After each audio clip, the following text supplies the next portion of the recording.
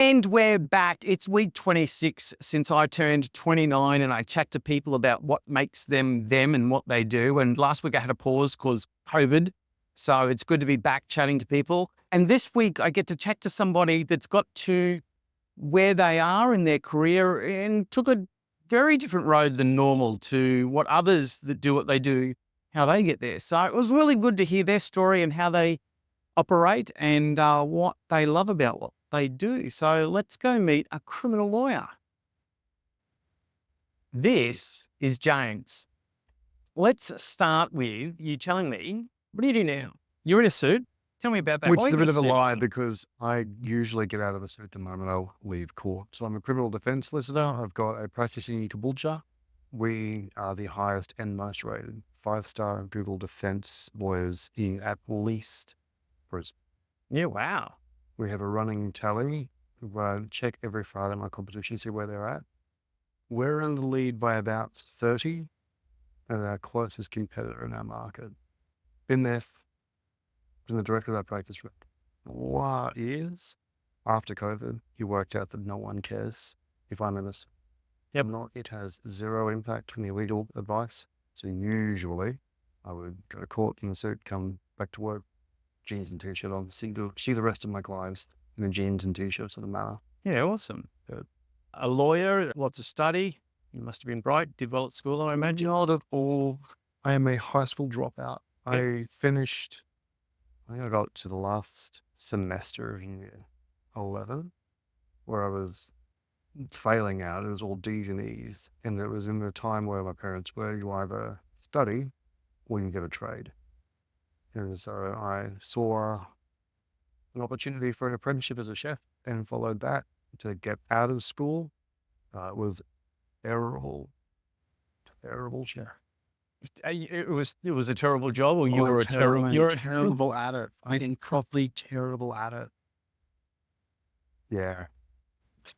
What type of chefing, is that the right term? What type of chefing? At the end of it, it was pub grub. Right. At the end, it was pub grub. You might recall JoJo's in the City. Yeah. I did most of my apprenticeship. Well, I did 2/3 of it before I quit it. I did most of that at JoJo's in the City, where it was the main kitchen, so where they did steaks behind there. And I never really got to leave that first station because I was never good enough to go run pizza or go burn pasta. I'll regret it. But that's fine. Then everything changed for me when I got sacked from a bad cook at a cafe and needed a job. So I ended up telemarketing. As a real estate agent, you might be familiar with John McGrath. He wrote a book called Urine a long time ago. So I was on my lunch break when I was just on a telemarketing job trying to set appointments for direct salespeople. Went to one of the discount bookshops where you just pick up a $2 book. I picked up Ewing by John McGrath.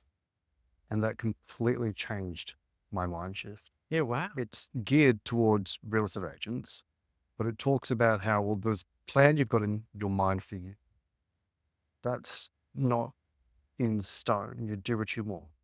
You can build something. You can do something. If you have goals, if you have a plan, if you have aspirations, goal setting, work it back, work out what it is. So we put that in practice, and I was very good on the phones as a telemarketer. Then I got put on the road where I was selling mathematics computer software. It was a reward. And to end users? To end users, to John and Jenny Smith sitting down and one day kids to have the best maths grades in the class. Discovered I had an aptitude for sales.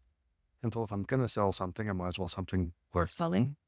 I fell into real estate at Century 21 Ferny Grove. It was a property bust where property fell apart as I was finishing my 12-month cadetship as a real estate agent.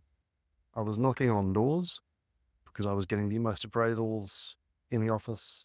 And the state made me, or the state meeting or a convention, so they got me to stand up and talk about how I was getting so many appraisals every single day. Knocking on doors, it was just grinding the numbers. But one of the doors I knocked on was a mortgage broker from Aussie Home Loans at the time, where they were then moving into franchise. And so they were these online brokers Aussie was building up and they were having storefronts. And so these brokers that was very successful were then giving themselves an office space and branding that way.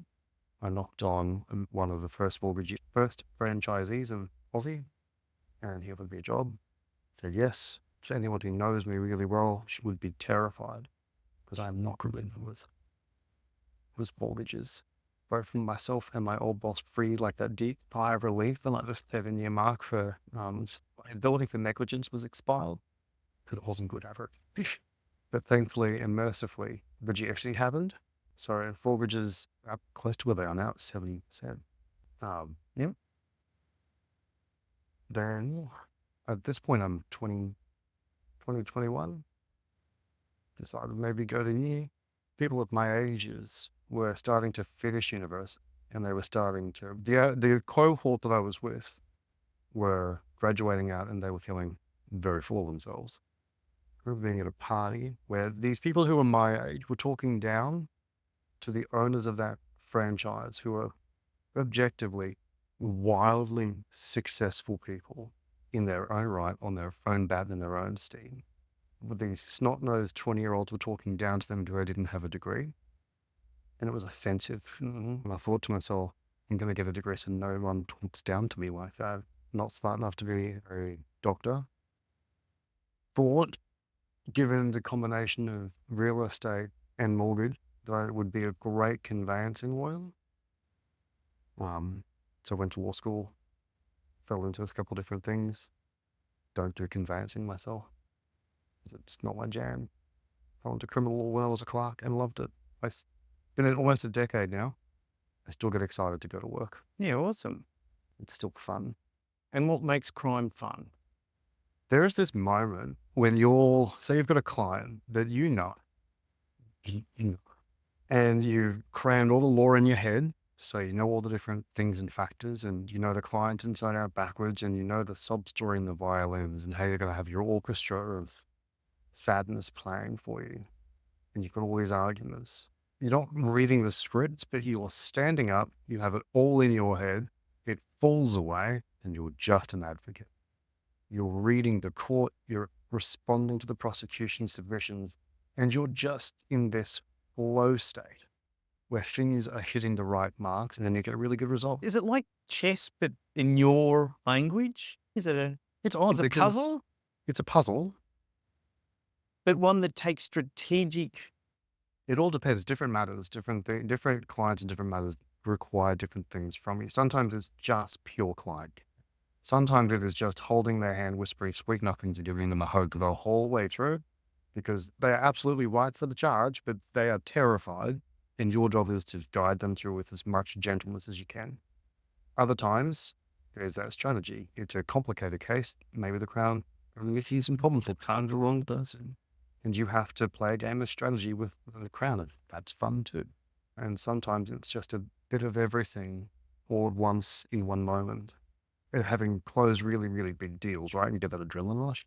Like when you close a big sale, when you jump out of the plane, you get that adrenaline rush. Doing well in court or having all those things happening at the same time is the same adrenaline rush.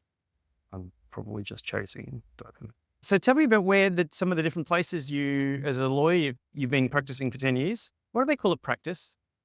Because it's never something you can perfect. I like that. So I've thought about that with my office, with some of my team members. You can never nail it. You can never master it. You can never have it perfected. So it's always practice. You're always doing better. It's really unusual because the better you get, because in practice, you get better matters, or you see more in the matters, and so you get better practicing. Yeah, awesome. And so where have you spent some of this 10 years? Almost entirely in Caboolture. Yeah, okay. Which is fertile ground for... Predominantly crime? Well, there was that 30 seconds that I practiced in family law. Mm-hmm. How was that? I remember going into my boss's office and saying, thank you. I'm going back across the road to work in crime.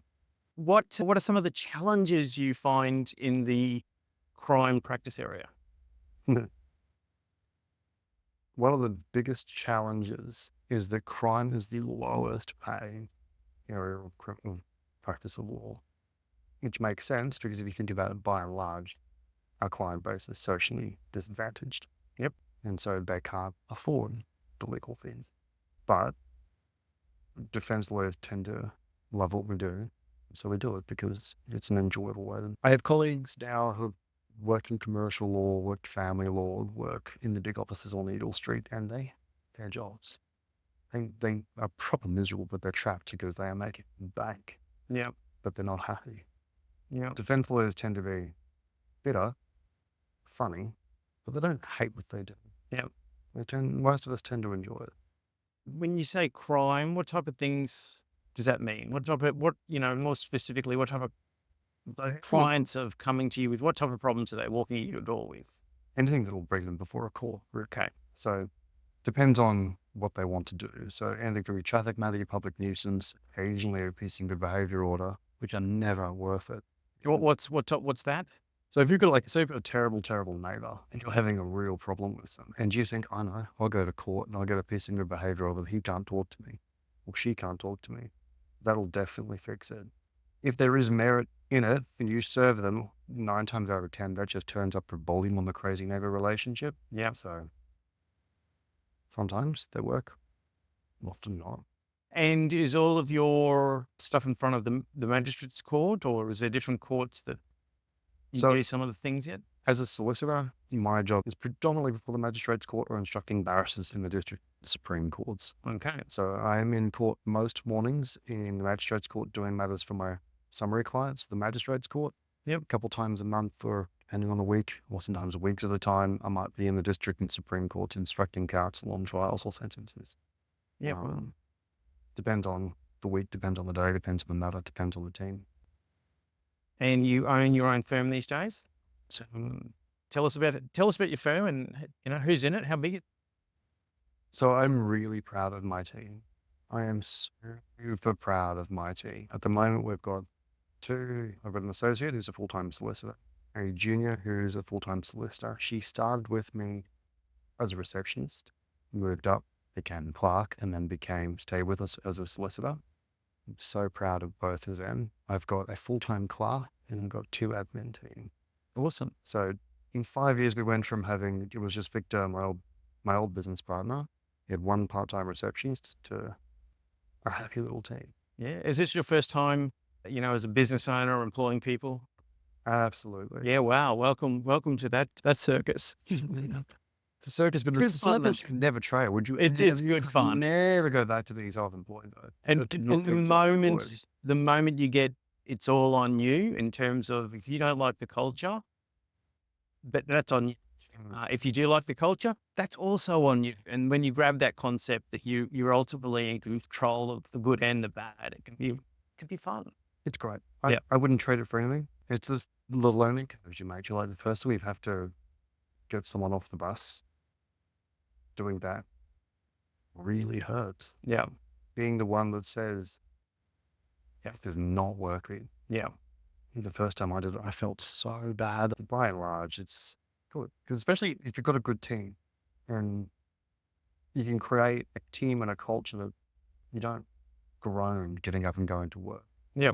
So being responsible for that it's a blessing. But I believe you've got a whole bunch of are they millennials? What are they called now? So I'm a millennial. Right. What's the next one? X. Gen Z. You get some Gen Z, yeah. You've got some Z. So the associate is the other lawyer at my office. He's he's millennial as well. Okay. But the rest of them are Gen Z, and they are brutal. They bully up. Like the receptionists bullying the solicitors, the clerks bullying the lawyers as well. I made a faux pas. I didn't give criticism in a certain way, and so I received an email that informed me that I did not do that correctly, and then linked me on a how-to wiki guide to how to give criticism. And it was a lesson learned, and they were absolutely right, and I learned a lesson, but that was coming from a junior member of the team. So some of that generation, if done well, you're never in the dark about where you stand with it. You're really not. No, you know. You know. And it takes that learning curve as an employer. First we go, that feels blunt. And then you start to really appreciate the efficiency of it. Yeah, I've never known otherwise because I've got I don't know, because I wear a small team. there is not a lot of formality involved. So there's never been a big gap between me answering the phone or the receptionist answering the phone and them coming into my office. There's never been that structural difference. It's all been quite routine. I had one of the clerks put into my diary and the rest of the team's diary a team meeting. I found that shocking that I was being informed and summoned to my own team meeting for my office. And they were not going to give me the agenda. Right. I was to attend, be surprised, and that was fair because they had some issues they wanted to address. They wanted to have some clarity around our practice areas. They wanted clarity around why they went, they bought their love a little bit. They all wanted max, so we gave them max. What's your favorite thing about running a small business? I think my favorite thing is that I have some control over and guidance in a successful team that wants an area of law that is interesting and fulfilling. Yep. That's my favorite part. It's got little to do with running the business. It has more to do with the team and what we do and how we do it. Because we get some pretty good results and we work hard, but we also work well together. And that's enjoyable. Yep. Like going back to working in telemarketing rooms or chopping the onions, I have a really good baseline for what a shit job is. Yes. So if I'm having a bad day, I don't have to mop a floor before I go home. Yeah. It's interesting work that's always varied with a good team. That's my favorite part of it. You and I have something in common, and it's not crime, it's not law, it's not that there's only, how many degrees do you? Just the two. Okay, so there's only two here. But what we do have in common is we've been on fitness journeys and weight loss journeys. I've been watching you and yours, and it's always sort of, if I'm having a couple bad days where I don't want to run, I see you pop up with your run 2,500 and something. You've been gone, we'll go for a run. And you found running as one of your tools to, tell us about your weight loss journey. Well, as a gay man, I can be bald or fat. Can't be both. Right. So otherwise you just cease to exist. And I'm not wealthy enough to go get hair plugs. So it was, there was something about the weight. Couch to 5K is the app that I started using to get onto it, and that propelled me forward. And then I discovered I enjoy it. And then I don't know. Do you suffer and struggle to get up and get in the shoes and go to run, or is it just so automatic? No, I think for me, I made the decision that it was the one thing in my life that was non-negotiable. So tomorrow I'm running, and everything today is about that priority tomorrow. I'm in that place now where I'm getting up at 4:30. I'm very proud of myself for getting up for a month now, and it still sucks. So how much weight did you lose? 30 kilos. Yeah, awesome. So what's the future got in store? I'm at this crossroads with practice, right? So when I started, I thought I wanted to have multiple officers, a lot of team members, and spend my time managing and growing something like that. But now I get interesting work. Yeah. I enjoy my clients. I have fun with my colleagues. I have a good team. I don't want to mess with it. I don't feel the need. I need to grow organically because I'd like my team to be able to grow. So my admin girls, they're all students, and the law is predominantly female. Most graduate students, over 50% of law graduates are female now. Yeah, wow. So if I need to grow enough so that they have somewhere, if they want to stay and stick around, they have a place to be and enjoy and grow and be successful in their own rights. I'm always looking at how both my solicitors can stay on and become successful and wealthy themselves at the practice. I'm trying to find it in a way that everyone who is there, if we're selective about who is in our team, that they can grow and become a part of it and be happy versus trying to create an empire of something. I don't think I want an empire anymore. I just want to be happy and be successful. Thank you very much for chatting to me, James. Yeah. Cheers, mate. Thank you. Got yourself a Merc? Yeah. It's all cloak and mirrors. I was driving this bombed out Mazda 2. When I turn up to court in a bombed out Mazda 2, there were times where I had to park around the corner from the court and confidently walk so that no one saw what I was driving because that shabby deal. So much of my job is smacked in me.